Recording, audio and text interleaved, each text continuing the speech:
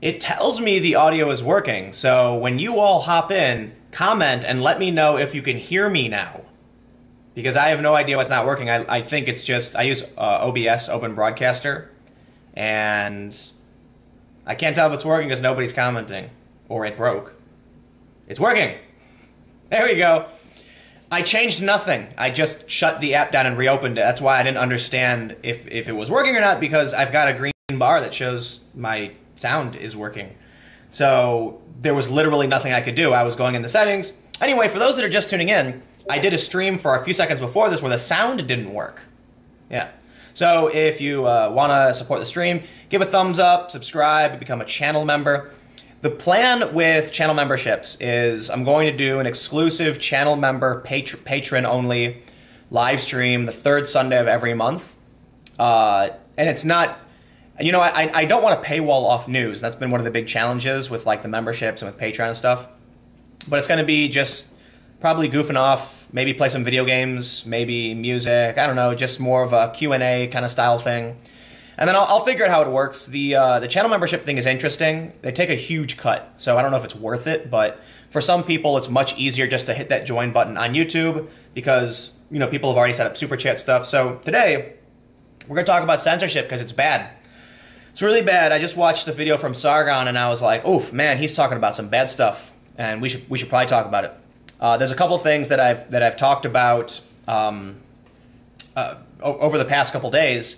Most notably is that the right to free speech is inalienable. It exists within all of us. It is a social and ethical principle that I believe in. Rights technically don't exist, okay? Because if you go to another country, say like Brazil, for instance, has no free speech at all. Like, not even the government can come after you. There are a lot of cultures that don't recognize the right to self-expression. So rights are social ethical principles, not government, okay? In some instances, yes, the government grants you things that are right. So technically you could say, we have a right granted by the government not to infringe upon our right to speak freely, okay? But we have a big problem, and that's political censorship. It exists 100%. It is not a conspiracy theory, and it's actually very terrifying. There's a few things that are really terrifying. One, that there are a lot of people who believe rights come from the government. Yeah, they don't, and that's terrifying, okay? The First Amendment, for instance, stops the government from infringing the freedom of speech, okay? Like, it exists. The government can't inhibit something that exists, right? They didn't create it. They didn't give it to you. It's a noise mix when someone subscribes. So, now, back in, I think it was August. Yeah, was it last August? Maybe it was last September or something. Vox ran a story, and they called a bunch of people right-wing extremists. I'm going to pull up this tweet from you. It's from Ryan Saavedra. I don't know how to pronounce his name properly. So here we have this tweet, and he says, Vox is now pushing for the censorship of Stefan Molyneux, Lauren Southern, Stephen Crowder, Mark Dice, Gavin McInnes, Prison Planet, Real Candace O, and others. I love that the "and others" is these two people right here. So let me pull up this photo. So I have no idea who that is. I have no idea who that is. This is Luke Rudkowski. So let's take a look at this. You know, I talked a little bit about this in my main channel video, but I wanna take a look at this. This is not new, right? So Vox made this video a while ago. I believe it was like almost a year ago. Okay, you want to call Lauren Southern, Alex Jones, and Paul Joseph Watson far right or something, or extremists, and I'm going to be like, listen, I can understand why they would say that. Gavin McInnes, sure, I can understand that. Stephen Crowder? What? He's so run-of-the-mill, you know? And then you have Luke Rudkowski, who is like a hippie, crystal-wearing, anti-authoritarian, decentralist, anarchist activist. I've known Luke for years. And Luke is Luke is such an anarchist hippie, wearing his chakra-cleansing crystals. It's annoying. Like, the idea that this person is doing anything extreme, like, it's insane. But let's talk about the idea of political censorship. So they claim that Alex Jones engaged in hate speech against Muslims and against the trans community. It's one thing if in a video you start screaming that you don't like a group of people and you just say nasty things about them. sure, they call that hate speech. The problem is when you say that these are extremists, okay? YouTube's messy fight with its most extreme creators. Yeah, Steven Crowder is not extreme. I think Steven Crowder's opinions are more centrist than Ben Shapiro's. It's ridiculous. But the issue here is, I was just watching a video, and I don't have it pulled up. I was watching a video by Mike, okay, mic.com, where in it the host says many people believe that biologically speaking, a cisgender man is stronger, is biologically stronger, or is physically stronger and larger than a cisgender female. And I was like, what do you mean many people believe? You mean like many people who are scientists or who have eyes? Because there's an experiment you can do. It's actually quite easy. You go into a room of people, you ask everyone to line up from tallest to shortest, and do you know what invariably happens? The men are all on one side, and the women are all on the other side. And then towards the middle, you'll have some women, because it's not absolute. But when we say that men, cisgender males, cisgender men, are physically stronger and larger than cisgender females, we're saying, yes, that's a generality. It overwhelmingly is true, right? But you actually have a video from Mike where they say many people believe. And that's worrisome to me, because observable truth. Look, I'm not talking about having to do some complex science experiment. I'm literally talking about looking with your eyes at something and saying that exists is becoming questionable. And here's the problem with that. Is what I just said hate speech? Is it hateful? Is that a problem? Is it going to get my YouTube channel banned or something like that? I don't know. But there's a fine line. And the line that I mentioned in my video today is that in this video from Vox, they mentioned Jared Taylor and his very calm and soft-spoken argument about race realism that I think should be argued against. And I've had debates with people, and I'm not a scientist, so, you know, ultimately it comes down to moral opinion in a lot of circumstances. It's hard to know what's true, and it's hard to know what we should focus on. But Jared Taylor making his racist argument was not hate speech, at least in my opinion. I mean, simply saying that you think you're a race realist and you believe in these things and you believe some are smarter than others, I don't think that's hate speech. Just because you're saying that there are different traits among different races and different peoples doesn't mean you hate them. But the guy in the Vox video said it is hate speech. Well, and he calls himself a social justice warrior. This is what people want removed. They want arguments removed. No. Arguments should stay. If somebody wants to come on YouTube and start screaming and spitting and yowling and saying awful things, I also think, sure, that's fine, so long as they don't cross the line into inciting violence and calling for violence. But admittedly, it is a fine line. There is nuance. What I find interesting with Patriot Prayer, for instance, when I was down at the rally in Portland, there was Unicorn Riot, and they were asking a guy about Tiny, the guy from Patriot Prayer, his shirt. It said, Pinochet did nothing wrong. And the guy said, well, it's free speech, so I don't like it, but we're not going to tell him to leave. And that's BS. The reason is when Jeremy Christian, the guy who murdered those people in Portland, went to the Patriot Prayer rally saying a bunch of Nazi stuff and spouting, racial slurs, they did throw him out. Okay, so there was a line in which Joey Gibson was like, that's not okay, right? So the idea is, sure, if he wants to go out and say his thing, he can, but not with them, not with this rally. And that's the argument that the left uses to a much larger scale. Twitter should ban people who say these things. They can go do it at their own rally. There's a reason why I disagree with that. And I definitely got to pull up the super chat so I can keep up with you guys who are making the super chats. I'll get to the super chats just after this point. So Twitter is where public discourse happens. Something like 25% of users are journalists. People go there to hear the opinions of the president, even. Donald Trump's tweets are breaking news, okay? People talk about the tweets from the president on CNN. What if you are banned from Twitter? You don't have access to this massively important platform where public discourse is happening. Facebook's the same, YouTube's the same. It is public speech if you make a video and you post it to a social media platform. It's a private platform, however. It's becoming worrisome then that, look, it's the argument I use time and time again. Let's imagine we're trying to make civil rights happen in the 50s, where you actually had cops and water hoses and dogs and Democrats throwing, black folk out of restaurants and things like that, saying it's not allowed. Then, or there's the Democratic Convention of 1968. Let's say that social media platforms are like, look, this language is divisive and hateful. Back in the day when segregation was legal, was an actual institution in this country. No. You know what I'm going to use? I'm going to use miscegenation laws, anti-miscegenation, because that's something my family had to deal with. It's actually illegal it was illegal to race mix. So what would happen if somebody was on Twitter engaging in illegal activity of advocating for race mixing? Would Twitter then ban them? Yeah, maybe. But in public, you could advocate for these things, and eventually the Supreme Court ruled you have a right to be with who you want. And over time, because we're allowed to speak, these things become okay. The people who are advocating for censorship, for not permitting hate speech because it's a private platform, are authoritarian. Now, I understand it is a private platform, but the problem that needs to be addressed is that it is our public square. I got a sound phone was falling off. It's where public discourse happens. So I don't know what the solution is.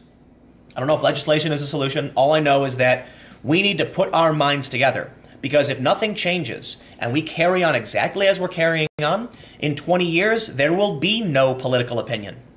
I'm not kidding. There will be none, because everything will be offensive to somebody. The point of this thing I'm showing, let me pull up this image again.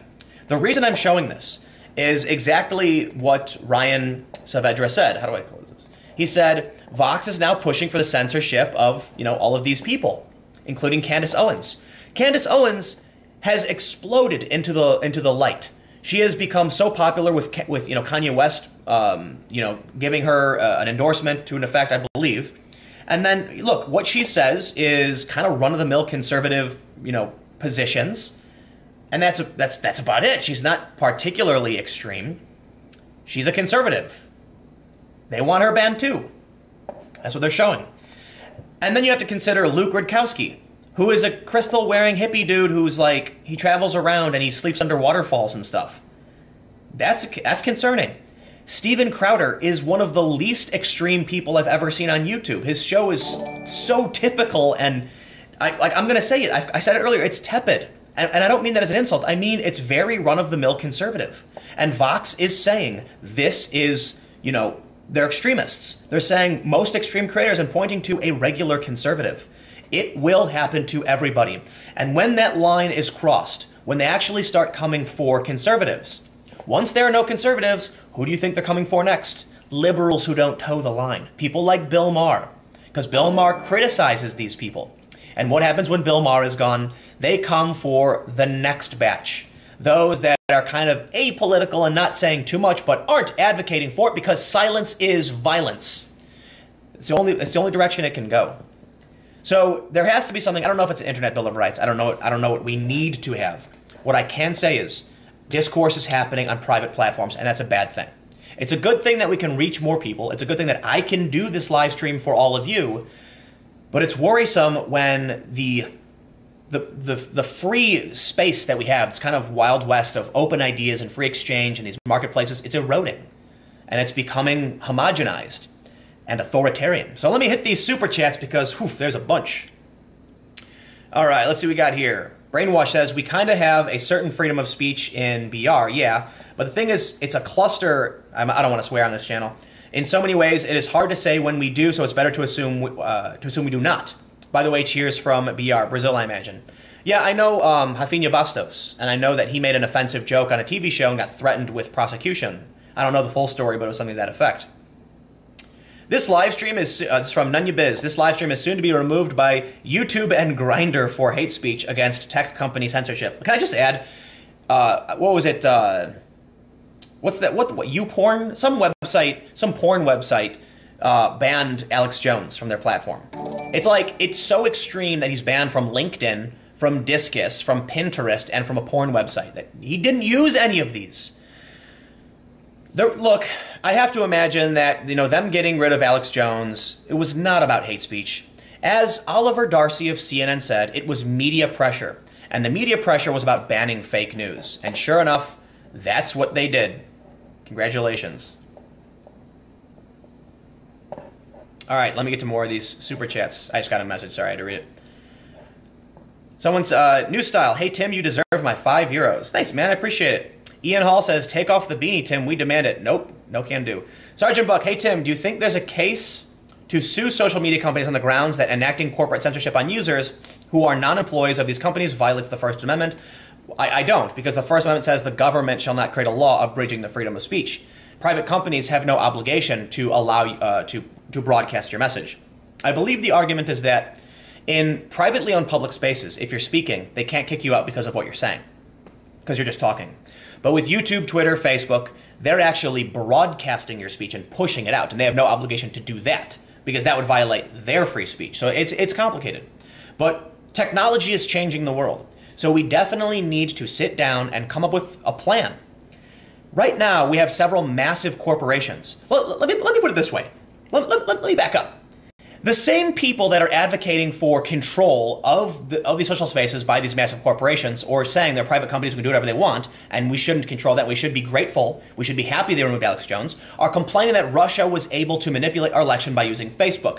Shouldn't your idea that Russia was buying these ads on Facebook be enough for you to say, hey, maybe we need some sound policy as to how these platforms work, and we should guarantee people the right to speak on them? I don't know if that's law. Again, I don't know what we do. Maybe we get off Twitter or something. I have no idea. But we can't sue them. You know, I do think we need to look at I keep forgetting what it's called, Section 230 or something. You know, basically all of these companies are claiming they're not publishers, they're platforms. And because they're not publishers, they're not liable for what is said on their platforms. You know, basically, if someone lies about you on Twitter, you can't sue Twitter. Twitter didn't say it. At the same time, Twitter is acting like a publisher by curating what is said on their platforms. So which is it? Right now, they're reaping all of the benefits and taking none of the responsibility. In my opinion, I kind of feel like it might be better that they are just platforms and can't moderate what is said. And that the only thing that can moderate what is said is law, like a legal order to take down a violent threat. Something like that. Quick response teams from law enforcement, I don't know. But then you're going to have a bunch of really crazy opinions. Here's the thing. You know, people complain about hate speech because they make, you know, these social media platforms not safe.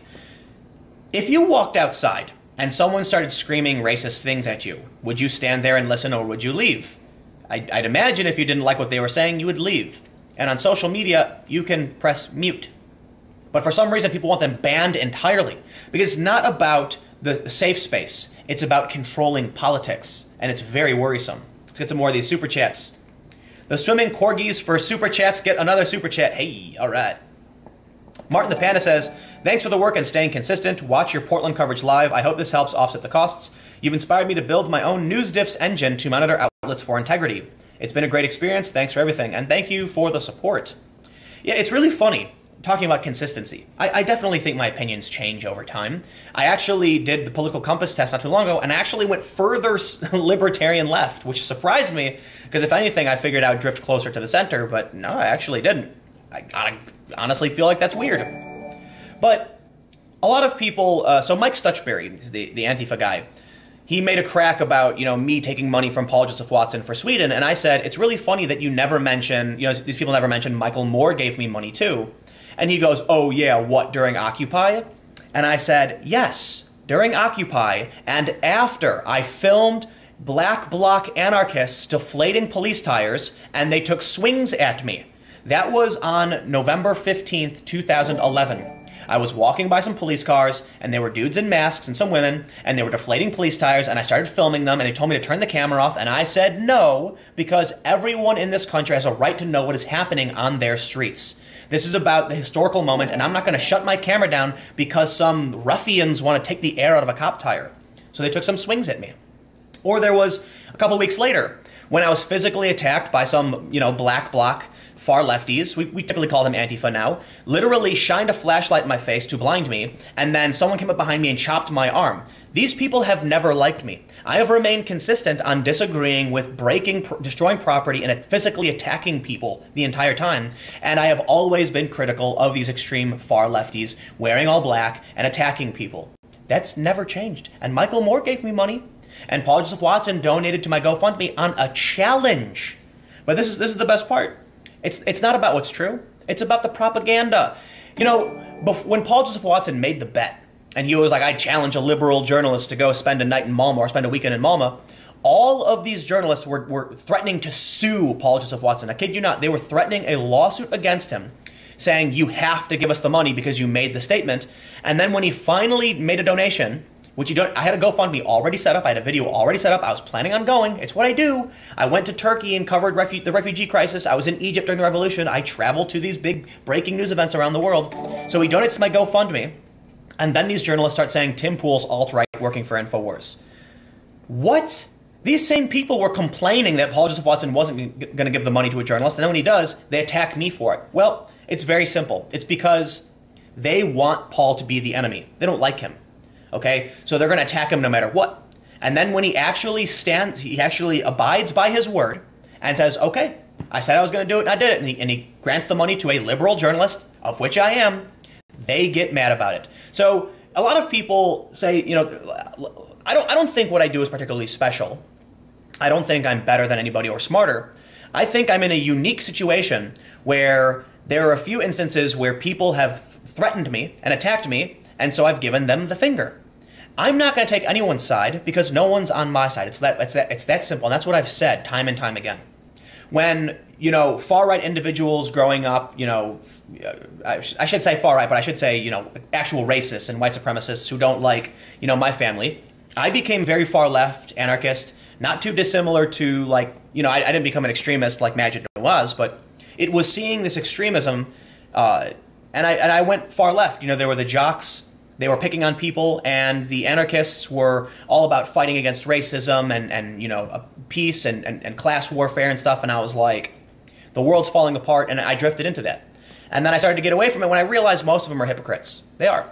Because, you know, there are memes about these socialists who go to take an Uber to Starbucks and then sit around on their iPhones drinking a $5 coffee, and while I think it's a bit disingenuous because a lot of these far-lefty people live in squats and are poor, there's some truth to that. And when I saw that, I got really angry. And I said, why are we allowing these hypocrites, these wealthy trust fund hypocrites who don't work, who are not part of labor, to dictate what we should or shouldn't do? I was in a union.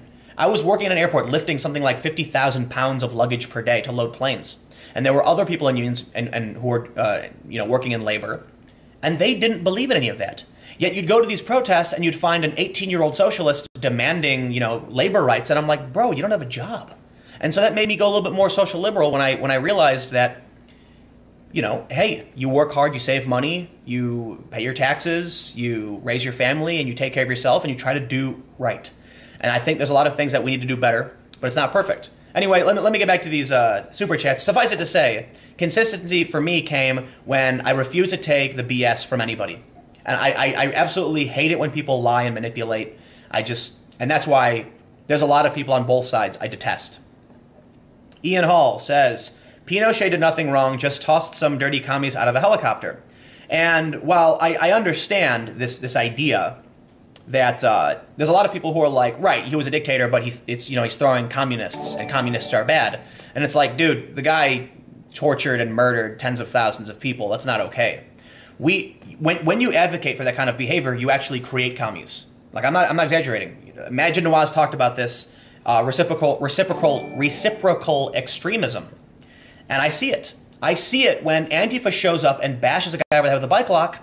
That video goes viral, and then people hate Antifa, and it breeds people to counter Antifa. It makes everyone worried. It makes everyone the other. So we got to tone things down. My thing is, hey man, I'll give you an example. I met a communist at Berkeley, and I asked him what he thought about the violence from Antifa, and he said it was terrible. And I was like, oh, that's cool. And I was like, what do you think about violence in general? And he's like, it's wrong. And I was like, oh. And then I was like, wow. So listen, if you believe in communism, you actually want to see a classless society where, you know, everybody shares in all the resources, that's fine. Star Trek is like that, to an extent. There's definitely class. I mean, you have rank and stuff in Star Trek. But this idea of a post-capitalist society where we have replicators or everything is abundant and available to all, that's great. That's great.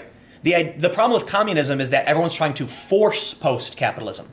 I made a post about Star Trek. A quote from it's actually a quote from a Judge character, but Jean-Luc Picard says, when the first link is forged, when the first link is forged, the chain is set or whatever, the first speech censored, the first idea forbidden, it changes all irrevocably. And someone responded with, yes, and Star Trek was a post-capitalism society. And I responded with, in Star Trek, they didn't force people at gunpoint to become post-capitalists. It was just the advent of technology that allowed society to evolve into a post-capitalist society.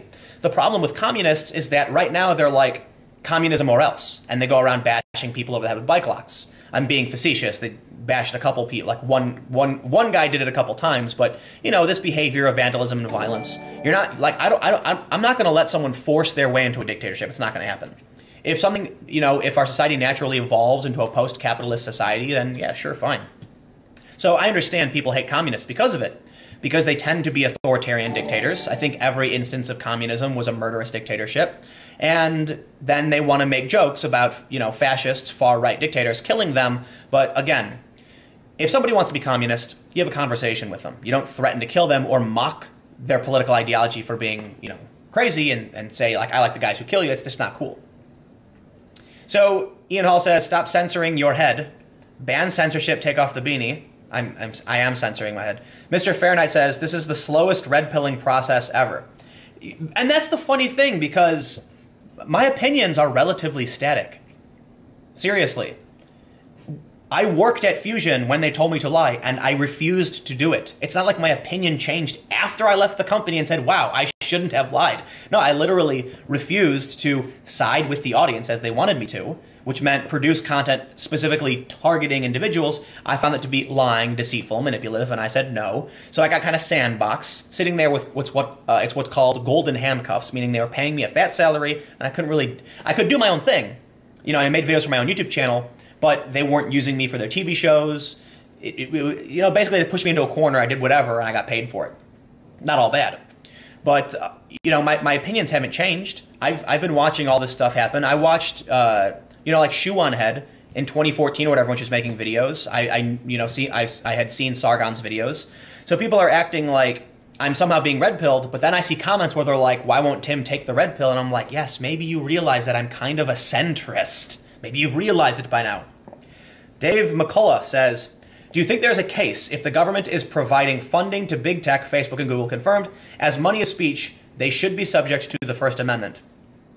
Yes, I'm not a lawyer, but I would say if these companies get government funding or some kind of benefit from the government, then they're beholden to the government in some way. Someone brought up another interesting point on one of my videos. They said they're operating with a permit from the government and should abide by the same Bill of Rights that the government, you know, is held to. Essentially, these companies, they're American companies, and they are beholden to the American government. Never forget, companies are below the government, not above, not next to, they're literally below. The government can storm into, you know, with guns, into a corporate office and take over. I assure you, or I would be willing to make a strong bet, there is not one corporation in America that would resist an FBI raid at gunpoint. If the FBI comes in with guns, they're going to say, okay, they're not going to fight back, because the government ultimately has control. So maybe there's something there, I don't know. Adam Smith says, Antifa is what happens when you don't discipline children, adults throwing temper tantrums. Well, I don't necessarily agree with that. They are throwing temper tantrums. A lot of what we see on social media, like these celebrities, Alyssa Milano saying the Green Party votes the other day were Russians. Yeah, that's a temper tantrum. It really blows my mind. It's like, it's petulant children. Seriously. I think there's a lot of petulant children on both sides. Don't get me wrong. There's kooky, fringy people. But when it comes to the mainstream left, there's a lot of young people.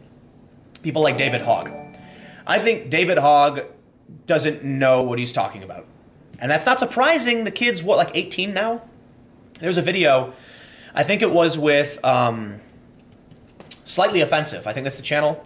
And he says, why do you need an AR-15? Do you know what the effective range of an AR-15 is? And I don't know exactly. It says like 1,500 feet, like 300 meters. And then he says, who are you shooting with that? And I think the thing that people don't realize when we're talking about guns is that, well, for one, they've probably never fired a gun. But I assure you, the average person handed a 9mm, a Glock or something, shooting that gun at a range is going to miss. They're going to miss every time. Seriously. Very few people are going to be able to hit their target from, 20 feet or whatever. So there's a reason people want rifles. If you live on a huge property, if there are predators, He says, why would someone want a gun like this? Who are you shooting at? I don't know, maybe coyotes that are breaking onto my property and they're threatening my livestock? Maybe wild animals that are dangerous? There's a bunch of reasons why somebody would want a gun like that. So I don't think he knows what he's talking about. He's just a young person, and this is what we have. We have older people following the lead of a high school, a high school student, a kid who just graduated high school. I love the fact that people like David Hogg and his classmates are standing up and fighting for what they believe in, but it's worrisome when adults say, I'm going to agree with this person and rally behind them, when it's like, dude, whoa, come on, man. Look, just because you're 17 or 18 doesn't mean you don't know what you're talking about. But in my opinion, David Hogg doesn't know what he's talking about. I think David Hogg, it's just my opinion, but I think he's just kind of a grandstander. Like he's pursuing this for fame. He talked about, I could be wrong, but he pushed very heavily for his surfing video that went viral, and he talked about what he was, on Reddit, what he was going to do with his life to like become notable, and then there you go, he did it. Even his statement when he was doing an interview was that after he left Parkland after the shooting, he rushed back to do interviews. Now, I think he said he rushed with his camera to go interview people, but he ended up doing a ton of interviews and getting a bunch of press attention. So I digress. The point is, there's too many young people who are pushing the charge in Antifa, who are pushing the charge in left-wing politics, who don't know what they're talking about. And I gotta admit, many of them probably, never worked a job, paid taxes, or tried to feed a family. They say that if you're not liberal, if you're not liberal when you're young, you have no heart, and if you're not conservative when you're older, you have no brain. And I think what that means is young people tend to be idealistic and want to shape the world and want to change the world. But then once you get older and you get a job and you get, a house or something, or you have kids, and you got to pay taxes, and you got to pay bills, your opinions start to change as to how the government should function when you're concerned about why the government is taking your money and spending it on BS. So anyway, let's get back to these super chats. Hey bro, you should move to DTube and BitChute. They can't take you down. There, it's on the blockchain. I am on BitChute. All of my videos are automatically archived on BitChute, and my second channel videos, I believe. I think they set it up. But I won't use DTube. I won't. And I don't want to get into why, because I don't think I have the capabilities to go up against crypto millionaires. But suffice it to say, I do not trust their platform. I've talked to some people involved, and I announced at one point I was going to use it, and then decided not to. So I'll just leave it at that. It's just my opinion. You guys use it. It's a fine service. Just I'm going to stay away from it. All right, let's see. This scroll bar for the super chat keeps bouncing around. It's pretty difficult. I got to scroll back up and figure out where I was at. There we go. Bob BQ says, is it time for us to build our own registrars? Look, no matter what we do, there is everything we do on the internet is a chain. And at every link, that chain could be severed.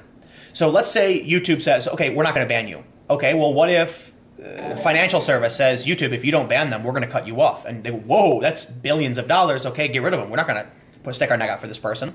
Look at what happens with Stripe, payment processor that's used by, Patreon and other platforms. Maker support got cut off.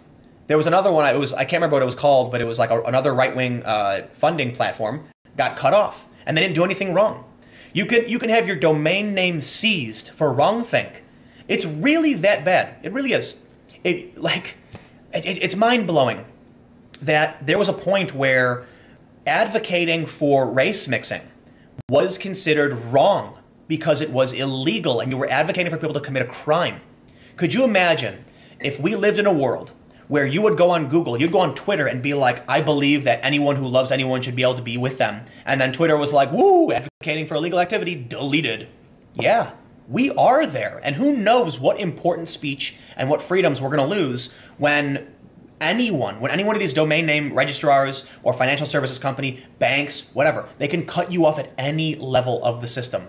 All right? Even if YouTube says it's fine, even if your credit card says it's fine, even if the domain, DNS server says it's fine, there's one link that can be snapped and you're gone.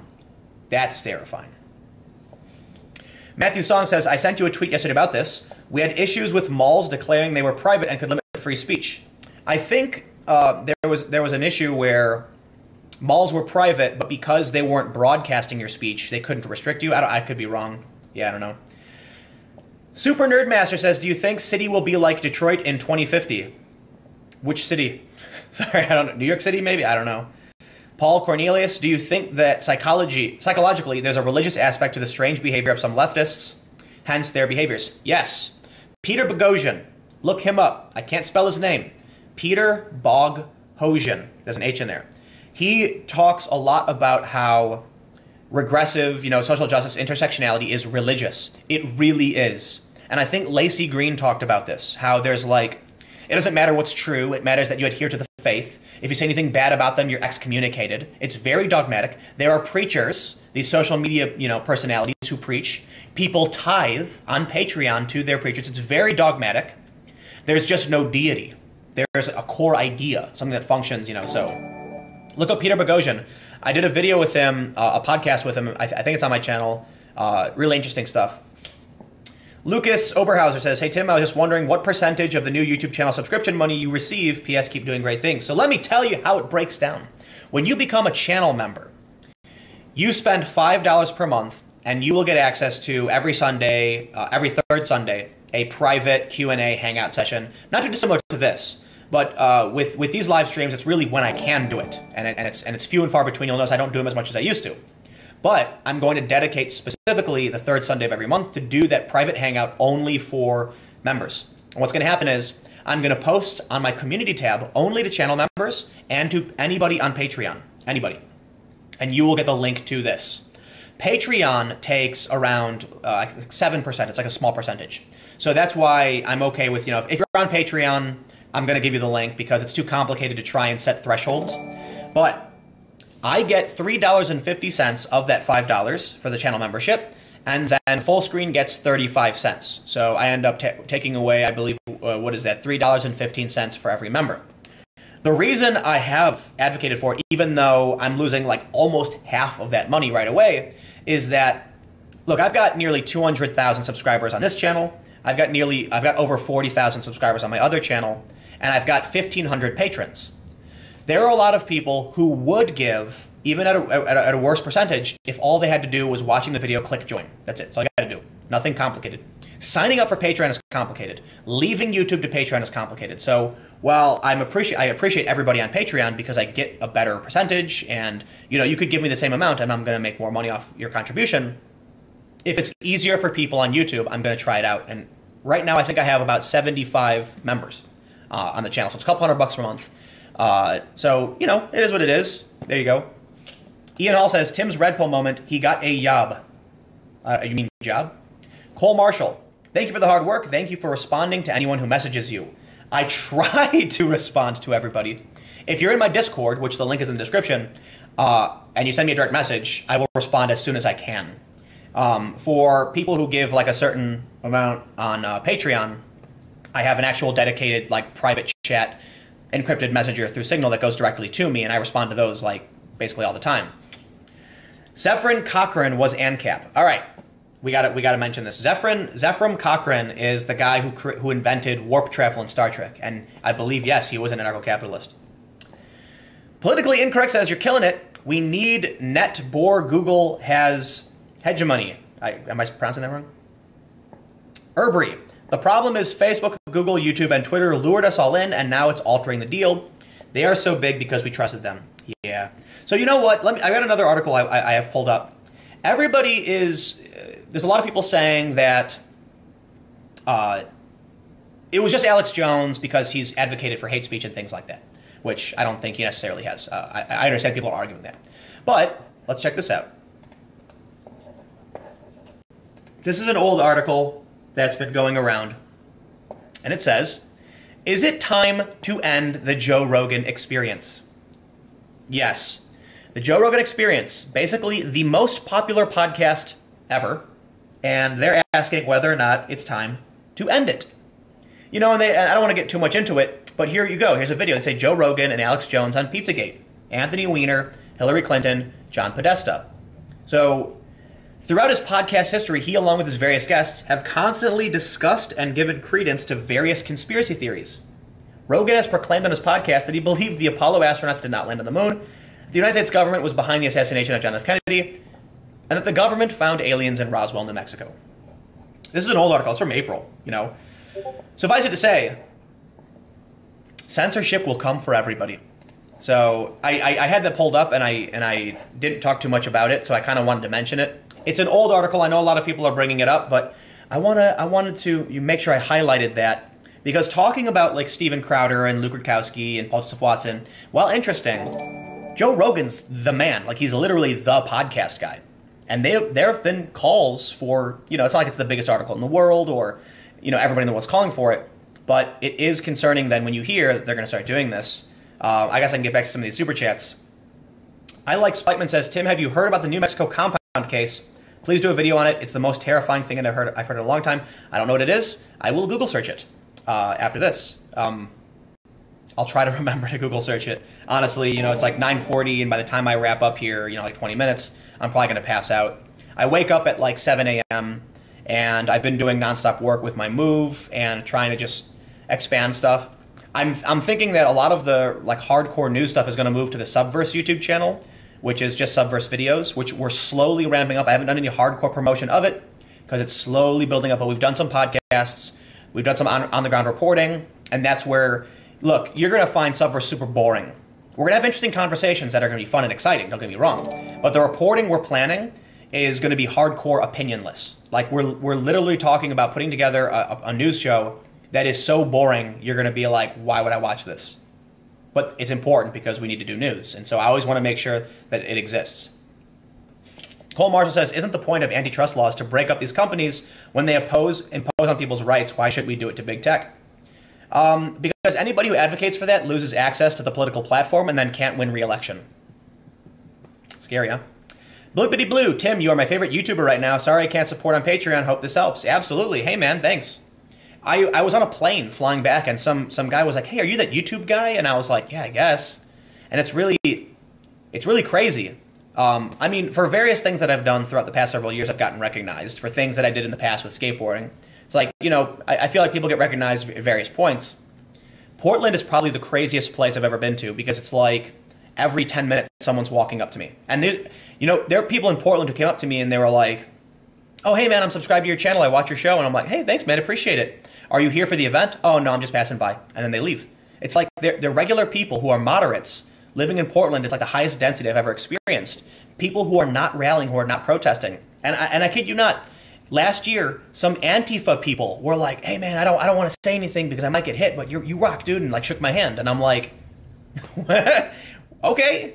You know, like there are people on all sides that can appreciate it, I guess, but there's lies, you know, so gotta fight through that. All right, where we at? We just bumped up again. Daryl Dothero says First and Second Amendments are key. I think all the amendments are key. Seriously, like abolishing slavery.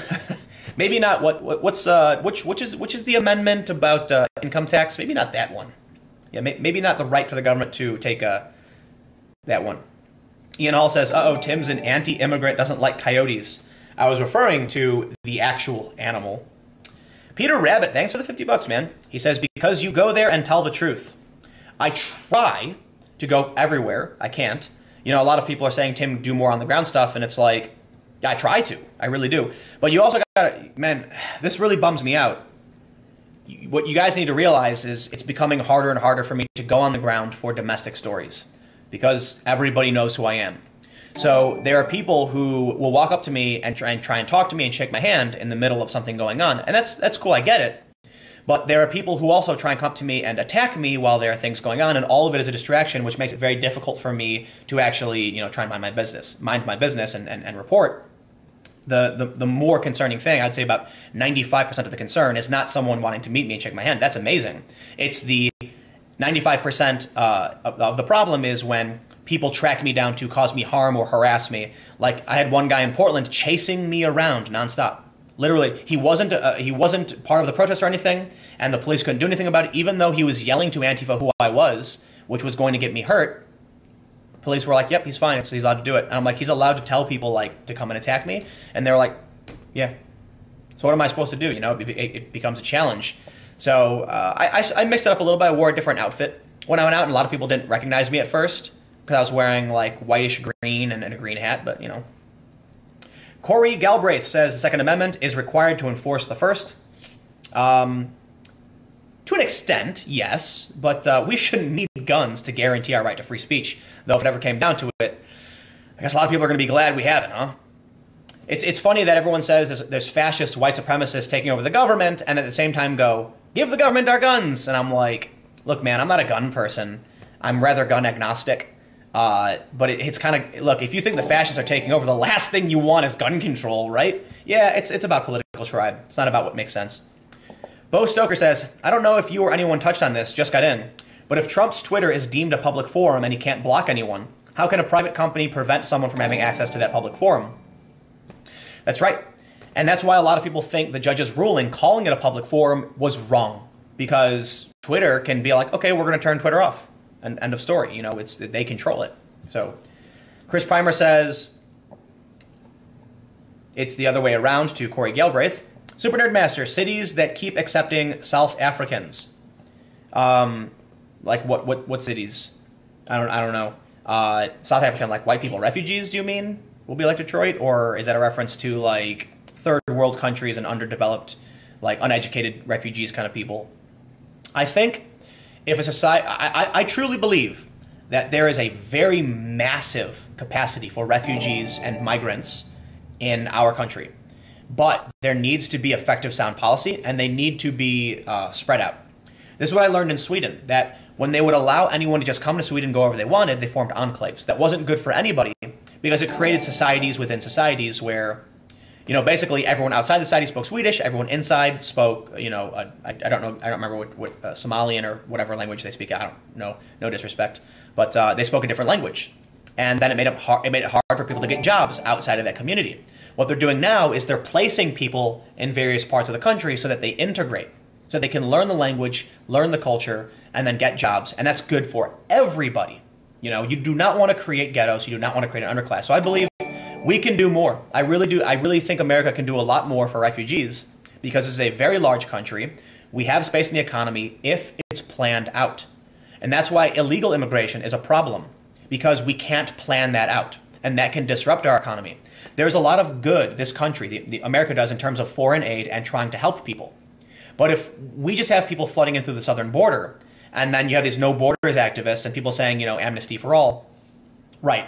The problem there is all of the work we've done, all of the resources we've allocated to say, when migrants come, we know how to work with them to get them what they need. We know how to make sure that they pay their fair share, and we know how to make sure they get access to resources within our government. But then when people flood over illegally, it dilutes that and disrupts that planning. And that can be dangerous for the migrants we are trying to help. So I'm rather, I would say, I don't hold particularly hard conservative nationalistic views on even illegal immigration, because I think there is a way we can take many people, you know, we can grant amnesty and do things properly, but there is a concern that we incentivize it. So it is a massive challenge, and I am by no means the expert and would never dream of running for office to try and proclaim I had a solution. But I do think that we need, in that regard, to regulate. We do. And I think we do need enforcement. That's why I think most Americans would think abolishing ICE is insane. Because like I said, my politics are socially liberal. You know, I align with most like socially liberal individuals. I can say it a million times. Bernie's basically the only politician I've liked basically forever. And I think he's a little too far left for me. But Bernie refused to say abolish ICE, and I got tremendous respect for that. Unfortunately, I just don't think he's a leader, because, you know, he gave up that stage to those activists, and it's like, I don't know. Anyway, let's read through some of these super chats. Jose Pereira says, Seth Moulton from MA also tweeted out his approval of the social media platform removing Alex Jones. Scary when politicians think this is okay. Yeah, absolutely scary. And then you had the Democrats saying they need to do more. And I'm like, whoa, what more? We're having political debates. People are getting elected because of Facebook. You're complaining that the Russians used Facebook to get Trump elected, and then you're saying that it's okay that they can determine who is or isn't allowed on the platform. Why? Well, because Alex Jones is a Trump supporter, that's why, and we all know it. You know, that's the only reason. Look, I know Alex Jones says ridiculous things. There's a video going around where he talks about interdimensional, you know, globalists speaking through the third dimension, and it's like, what are you talking about? Like, it's kooky, ridiculous nonsense. But I don't believe they took him down because of hate speech. And I don't believe it was entirely motivated by fake news either. I think the fake news motivation was that he supported Donald Trump, and he has a massive Trump-supporting base. And that's a win for these people. As much as they've sacrificed their principles, which I guess they don't have, they'd rather watch free speech and public discourse burn if it meant they win. And to me, it is no different. Banning Alex Jones, look, I get it if it's hate speech, but still, whatever Alex Jones said, taking him down to me is akin to book burning. I feel like that's not an exaggeration. I'm not being hyperbolic. Even if it's hate speech, burning a book because it's hateful is wrong in any capacity. Alex Jones is not the, like, so here's the thing I want to point out too, is that people assume every book has a wonderful, thought out premise and opinion. That's not true. There are a lot of books that are full of total BS nonsense that you probably shouldn't read. But I wouldn't advocate for them to be burned. And I wouldn't advocate for Alex Jones to be removed. I think they very simply could have, like, imagine if right now they said, look, InfoWars is a massive platform. They went to Alex Jones and said, look at these videos you made.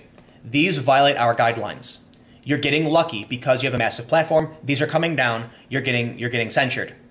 Fix this, don't do it again. They could have done that. But instead, they played this as it was like a cat and mouse game, and then all of a sudden, one day, boom, everything's gone. I think it's yeah. Anyway. Lev Polyakov says, why tech firms side with mainstream media if in the long term, they are losing interest, especially with Gen Z short-term money gain?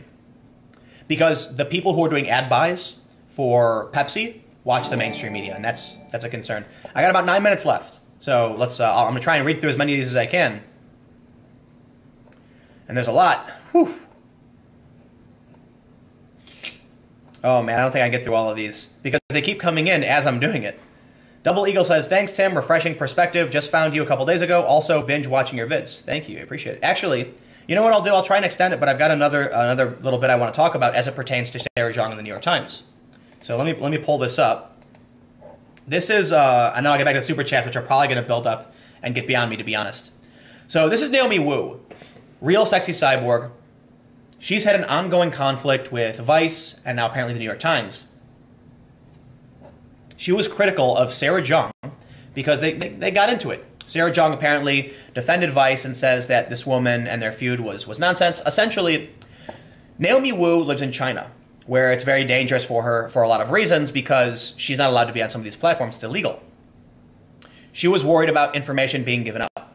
Apparently, Amanda Hess from the New York Times used a video of Naomi Wu about cyborg fembot overlords. The new fembot overlords. It says, from digital helpmates like Siri to computer-generated models like Lil Michaela, feminized tech is all around us, and around us are actual human women starting to look a little bit yada yada yada. But then we can pull this up, and this is Naomi Wu, and she's being featured in this New York Times video as a fembot, I guess. And the reason I bring this up is that this is a part of the Sarah Jeong controversy, where Sarah Jeong posted a ton of racist stuff, and New York Times defended her. Then you have, Naomi Wu in this dispute, and now, the dispute continues. So I don't want to prattle on too much about this. I had it planned. I wanted to talk about it, so I wanted to squeeze it in the last few minutes. So forgive me for trying to shoehorn it in, even though it didn't really fit the conversation. But I just want to say, I used to hold the New York Times in much higher esteem, but really defending Sarah Jeong was, yeah, that was a bit much for me. Okay, about 8 minutes left, and I want to try and get through the rest of these super chats for all of you. So, Stefan Sawyinok, spare a thought for the rest of the world. These social media companies are global. All that's going on in the U.S. is hurting our ability. About our business with all these constant changes. Eris the Pirate King, keep up the work, brother man. Thank you. Jose Pereira, heartbreaking seeing all the wildfires burning with all the money wasted on garbage. Seems like the government has no plans to help combat them. Yeah. Ian Hall, Tim's definition of different outfit: neon seafoam green beanie. I was wearing military green pants, folded up, and a whitish green, off-green shirt. That is different, because normally I wear a green shirt, this beanie, and blue jeans, and it's very identifiable. And trust me, a lot of people couldn't recognize me, But when you'd see me streaming and talking, they'd figure it out. Did anyone see that Eric Clanton was just brought down to misdemeanor battery and given probation, no jail time? Wow, I did not see that. I'm going to pull it up. Maybe I'll talk about that tomorrow for my video, and we'll look into what happened and how he ended up bashing 7 people over the head with a bike lock and got probation. Alan McGowan says, let me pitch this, Tim. Embroidery beanie image in gold thread on a gray-black beanie like you would wear normally. A beanie, as it were. A beanie. Perhaps. Party.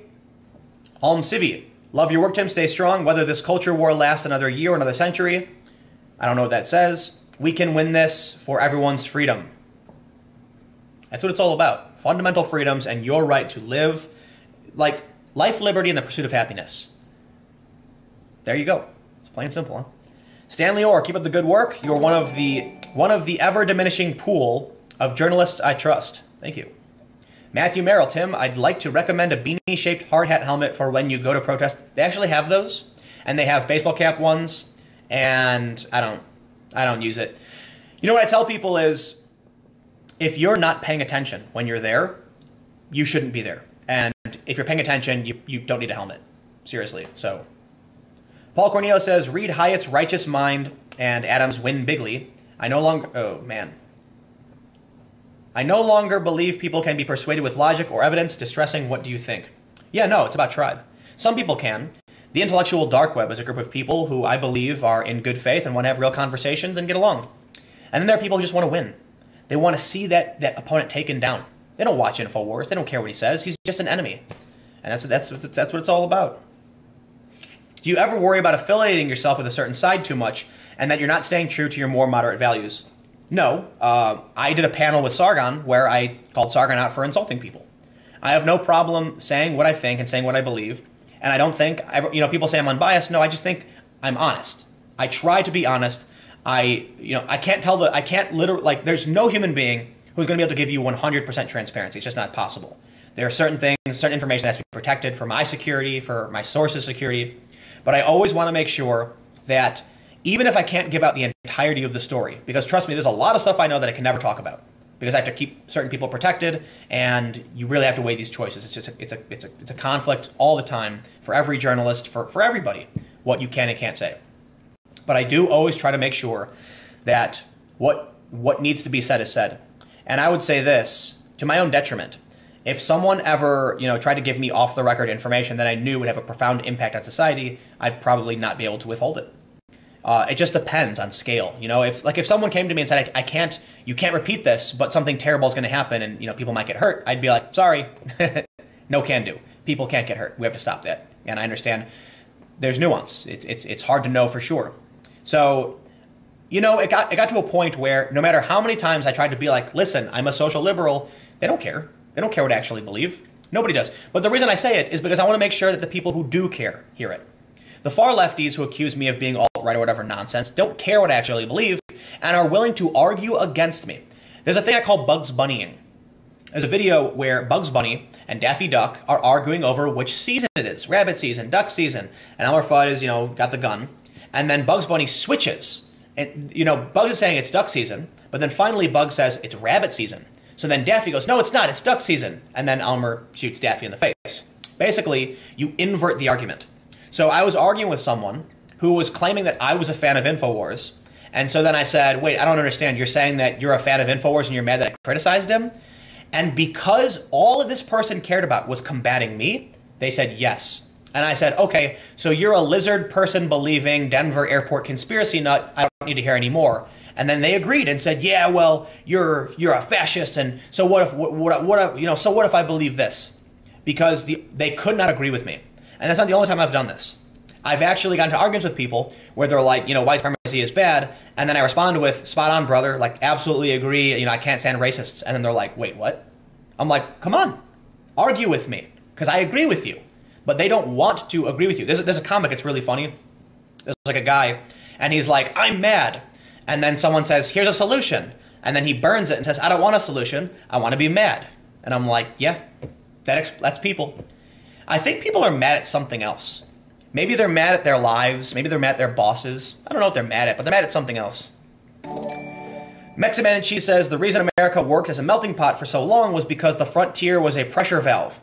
Newcomers could go out west, and the Indians were a common enemy to unite everyone new and old. You still can go out west. It's a big, empty nothing for the most part. Cole Marshall says, who is the most extreme person you'd interview and why? I don't know. I've interviewed, what's the most extreme person I've interviewed? Brazilian gang leader, drug dealer, revolutionaries in Ukraine, a former Soviet general. You know, I'll interview anybody. You know, it's about understanding. It's about learning what they believe. Anana Bear says, keep up the good work. White Rabbit says, Tim Pool is the last real journalists, real honest reporting for all sides. I try my best. And I want to make something clear, too. Like, you know, people have criticized me because I don't criticize the right enough. But I talk about cultural politics, you know? So it's like, listen, there are journalists at a ton of news organizations that only ever report on one thing, okay? I don't know everything. I can't report on everything.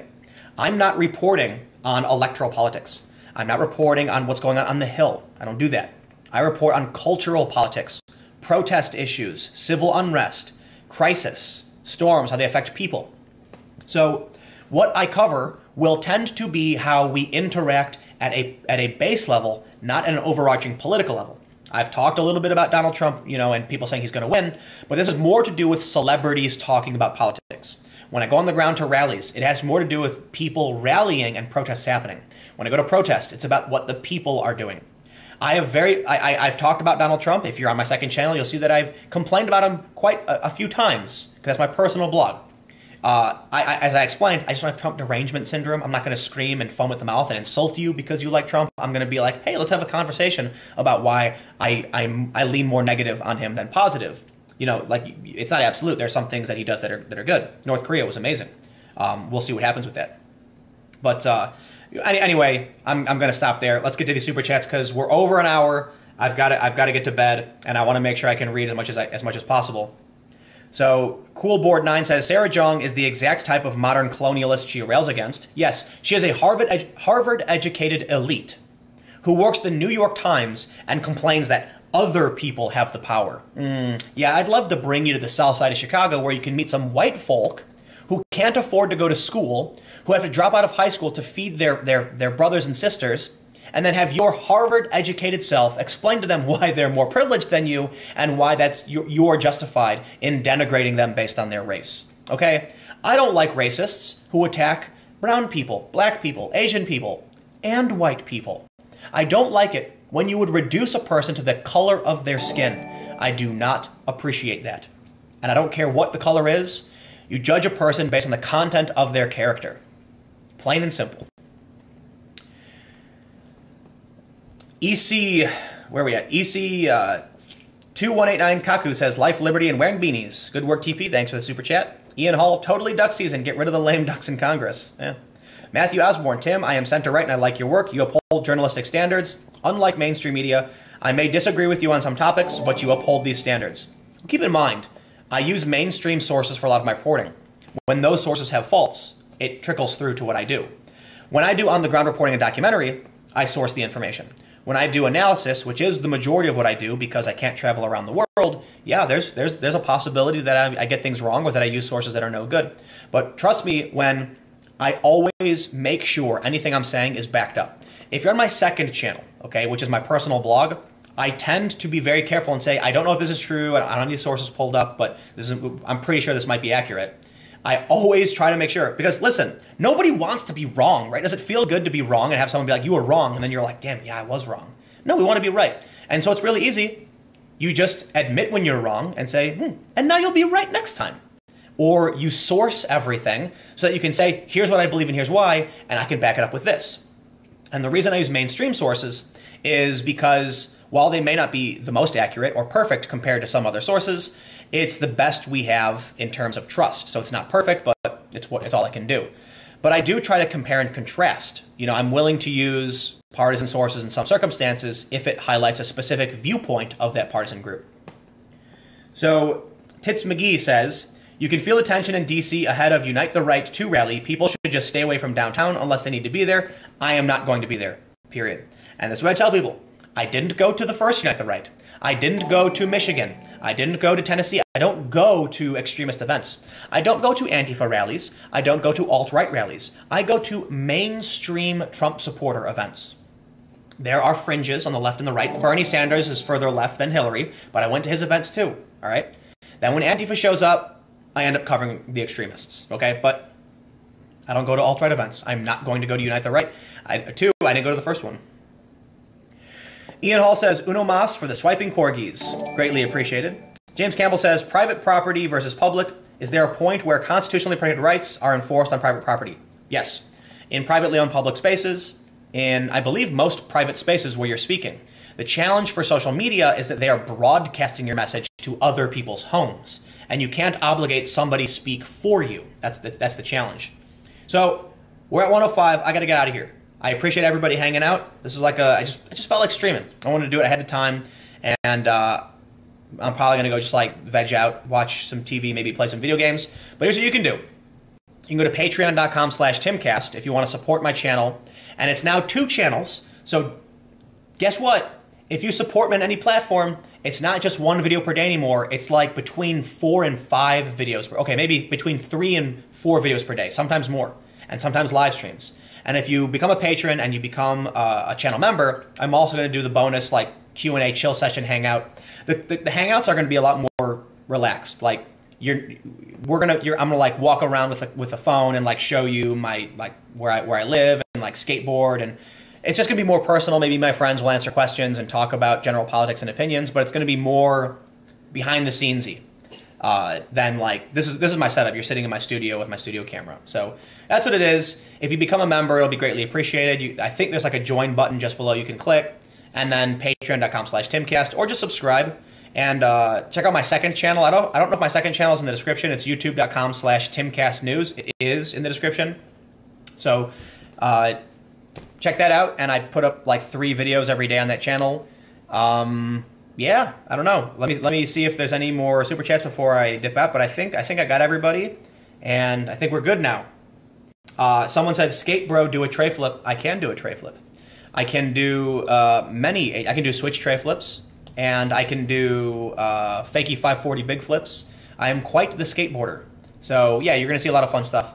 Anyway, man, I am beat. I've been talking for an hour nonstop. Thank you guys so much for hanging out and for joining this live stream and for all the super chats. Thank you for the people who became members, everybody who's a patron. But more importantly, if all you do is watch my videos, you have my eternal gratitude. Because that helps. Like look, you know, people can fund my work. But if nobody watches, that is the grassroots effort that allows me to do what I do. Simply by liking what I do and watching it, there's ad revenue there, and it allows me to continue doing what I do. But more importantly, there's, like, when you watch a video, it makes me feel like I'm doing something that works. You know, that I'm providing a real service to other people who appreciate what I do. It's almost like every day I'm making a product, I'm making something useful to you and handing it to you, and you're saying, thank you, I needed this. And to me, every single view, every single day, every person watching, it's just another reminder that I am doing something good. And that's the most important thing. So anyway, thank you for hanging out and watching. Twitter @Timcast, subscribe, information in the description below, and I'll see you all next time.